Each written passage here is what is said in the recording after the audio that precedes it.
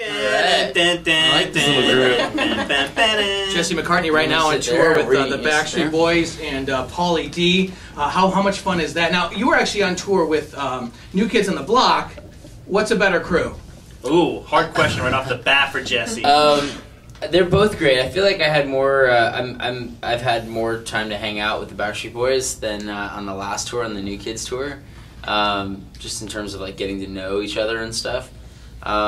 But you know, they're both great group of guys. You know. Did you hang out with DJ Pauly D at all? I have actually in New York. He's actually a super nice guy. Like really, just a down to earth dude. And we went out in New York once, and the Backstreet Boys do these like VIP parties after the show. Oh wow! For their fans. Smart. And and they you know we go from time to time. But were you a fan of Jersey Shore? Had you watched? Has Jesse McCartney I really watched never watched. I'd never watched the show. It was it's just not a show that it's not the program. Like I just never watched an episode. I don't know, but right, it's okay. But of course, you've heard of the Jersey Shore, and I've heard of these characters like Pauly D and all these people. So I didn't really know what to expect, you know. But he's good. He's really nice. Like he's just the nicest guy, super humble and.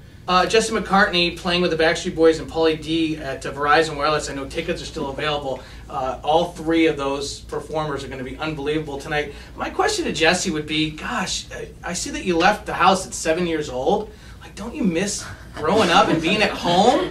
You know, it's got to be tough. I didn't actually leave. You know, I wasn't actually professionally. Well, I guess I was professionally working at the tender age of 9. But I was also like. I didn't really ever have any sort of, I don't know. It never really got demanding enough until I was around the age of 18. So I'd actually finished high school by the time it was really starting to pick up and things were getting crazy.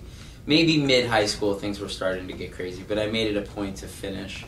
I wasn't like, it was like, I remember thinking like I put 12 years into this place, like there's no way I'm not gonna finish and graduate. So I was actually I kind of grew up relatively normal with a house and a yard and baseball and you know. You just paid for that house and yard. Yeah. So Jesse, let me ask you this, because while you were doing your 12 years of school, obviously you had the musical background. So like I'm always trying to think of like funny things to do or say. Like that's what's going on in my head. You're a musician. Do you always have lyrics or a beat bouncing around in your head at any given point? I mean, you know, I think when you're a creative person, you're always thinking of new, fun, innovative ways to sort of, you know, speak your voice and, you know, yeah, definitely. I mean, I'm always, you know, bouncing around lyrical ideas. Like, what's in your head, right? Like, give us a little insight. Like, what's a lyric or an idea that you're kicking around in your head that you're just, like, starting to maybe... It's so funny. I feel like you're just kind of swimming around in my head right now. Well, no, like don't you guys aren't you curious about it? Like, is there like a beat and you're like, okay, I have the beat, I need the lyrics, or is there like a lyric that but it's not at 8:40 in the morning. Like that just never happens, by the way. And it's usually a night session. Okay. But no, I mean, I have like for instance, I'll give you an example. Like last week in LA, I remember I was driving.